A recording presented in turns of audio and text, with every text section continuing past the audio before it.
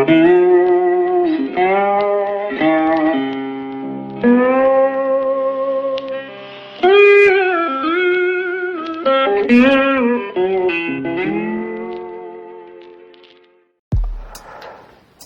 teman-teman, kali ini saya akan mengajak ngobrol lagi tentang karya saya. Ya, lumayan menarik lah untuk dibicarakan. Karya-karya lama, nggak karya baru ya. Ini karya sekitar tahun 2000.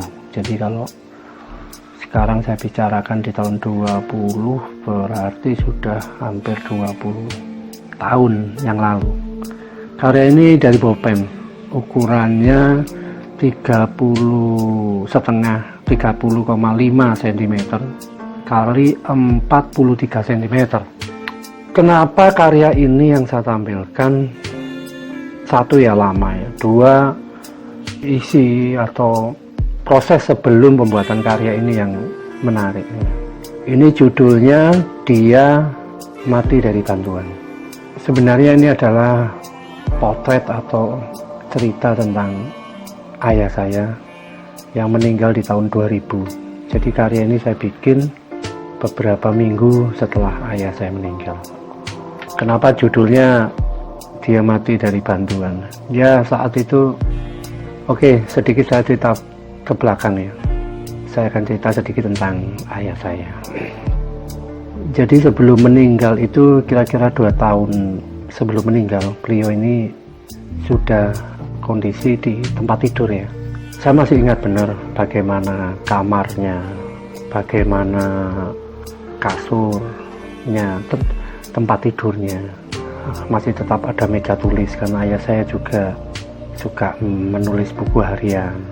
Dan bahkan kalau sekarang mungkin agak berkhayal ya, bau pipisnya saya bisa ingat.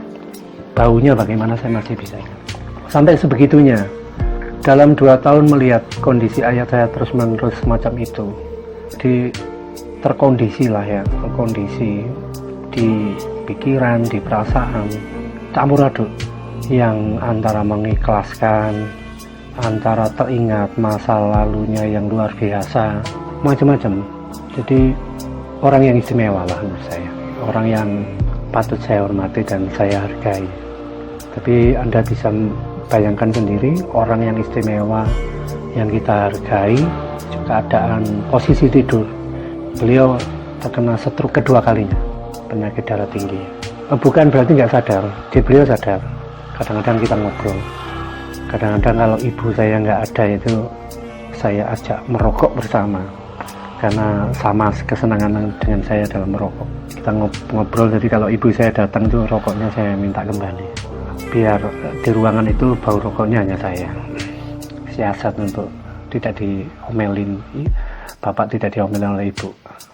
Sebenarnya banyak cerita bagaimana hubungan saya dengan orang tua saya, terutama ayah, yang mau saya ceritakan.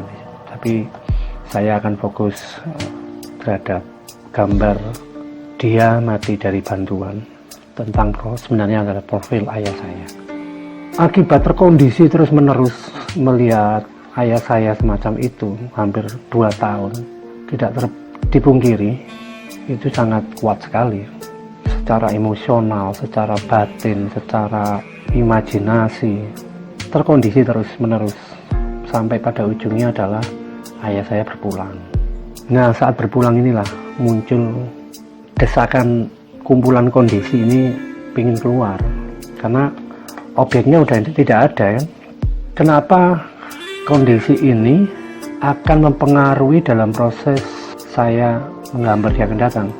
Dalam proses berkarya atau menggambar, saya cenderung harus mengalami terkondisi dulu. Saya sebenarnya bisa saja objek langsung saya gambar gitu, kemudian jadi gitu. Tapi bagi saya tidak begitu penting ya. Tapi penting bagi saya adalah bagaimana objek ini punya cerita. Saya nggak peduli mau objek hidup atau mati, dalam gambar orang atau benda atau peristiwa atau kondisi, yang penting dia bisa mengondisikan saya melahirkan banyak pertanyaan, banyak dialog lah, banyak ngobrol. Atau misal sekarang ada gelas gitu, pasti akan saya pertanyakan, Saya tahu betul ini gelasnya ibu, gelasnya di masa kecil. Jadi saya tahu banyak tentang benda gelas ini tadi. Kemudian saat saya menggambar, ya penuh dengan emosional, penuh dengan pengalaman batin. Mungkin gambar gelas itu sama dengan gambar-gambar gelas yang lain, tapi bagi saya lebih penting ini gelas saya, bukan gelas yang tidak saya kenal. Atau saya mengulang-mengulang kembali.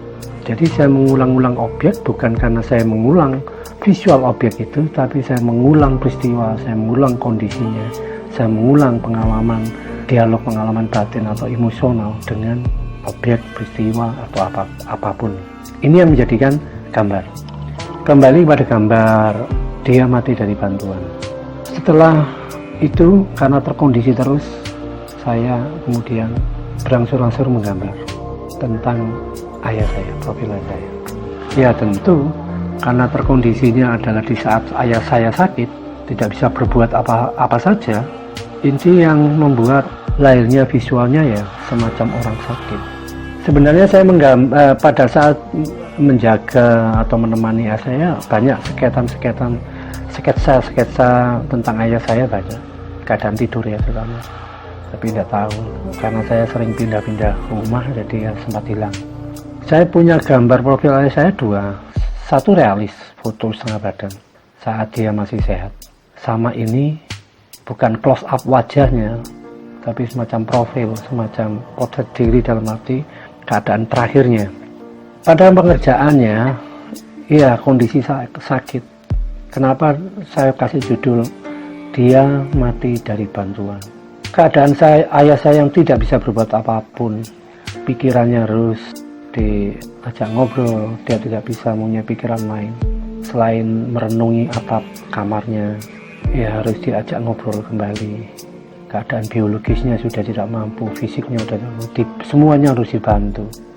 Jadi sebenarnya 2 tahun itu, kalau saya boleh katakan, ayah saya sudah selesai. Meskipun secara hubungan sosial, hubungan dia masih bisa ngobrol, tapi sebenarnya dia sudah selesai semua urusannya, karena dia tidak bisa berbuat apa-apa. Berbicara pun sudah sulit, hanya isinya menangis, suara terbata-bata. Inilah yang melahirkan kenapa di kepala, di orang yang posisi meringkuk, kemudian dibantu pikirannya, dibantu biologisnya, dibantu psikologinya. Nah, bikin karya ini tidak lama. Tentang alat bahannya ya, alat bahan saya pakai pulpen biasa, kertas-kertas juga biasa, bikinnya juga nggak lama. Tapi saya terkondisi, terjadi hubungan emosional, hubungan pengalaman batin, pengalaman emosional, itu yang lama. Makanya kuat sekali, bahkan sampai sekarang pun saya masih kuat sekali. Mungkin saya menggambar bentuk atau cerita tentang ayah saya semacam ini akan bisa berulang-ulang kali. Bahkan karya-karya ini menginspirasi ya, karya-karya saya yang lain. Sebenarnya ini pijakannya di sini. Dari karya-karya yang lain, kenapa saya senang besi, senang daging, senang hal-hal yang susah, yang sedih, yang lebih-lebih rasa kemanusiaan yang hilang itu bakal menarik dibuat tema karya. Karena pijakannya saya dari sini. Tidak mungkin saya tidak ada hubungan kemanusiaan dengan ayah saya. Jadi bagaimana rumitnya karya ini, dalam arti rumit pengerjaan, detail-detailnya, kecil-kecilnya, apapun, imajinasi liarnya. Sebenarnya karena tumpukan selama 2 tahun lebih tentang kondisi pengalaman batin, pengalaman emosional saya dengan ayah saya. Ini yang membuat karya itu begitu padat ya, begitu meruang, begitu tidak ada ruang yang tersisa untuk dicoret-coret ya. Satu itu. Istimewa dari karya ini sebenarnya adalah itu yang saya katakan tadi, adalah dia menjadi pijak atau tonggak dari karya-karya berikutnya, menjadi semacam sejenis atau serupa. Karena kondisi, saya tidak mengkiri, perjalanan saya pun mengalami banyak seorang seniman atau artis mengalami banyak kondisi, naik turun, susah senang. Itu tidak bisa dipisahkan dengan awal pengondisian atau hubungan pengalaman-pengalaman yang pernah terwujud itu membekas kembali kepada pengalaman-pengalaman selanjutnya, dikarenakan ada kondisi atau peristiwa atau persoalan yang hampir sama, hampir mirip. Karya ini sangat berarti buat saya karena sulit saya bayangkan kalau sejak awal karya ini tidak ada. Mungkin sulit menjejak kembali secara satu visual, dua menjadi kunci atau semacam password untuk menjelajahi ruang pengalaman saya, menjelajahi ruang pengalaman batin saya, menjelajahi ruang imajinasi saya.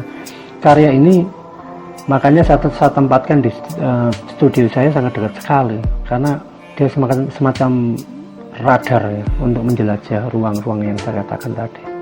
Jadi seperti itu teman-teman, ulasan sedikit ngobrol lah tentang karya Dia Mati Dari Bantuan. Saya ingin berbagi mungkin cerita, mungkin pengalaman batin, mungkin proses kreatif, atau apapun yang bisa menginspirasi Anda, rekan-rekan, untuk berkarya kembali, berkarya terus. Jadi begitu indah dan menariknya kita berkarya melalui pengalaman batin, pengalaman emosional, pengalaman imajinasi, pengalaman logika, atau untuk menjadikan sebuah karya. Ini hanya kecil sekali dari peristiwa-peristiwa yang bisa kita ungkap lebih jauh, lebih dalam, lebih menarik.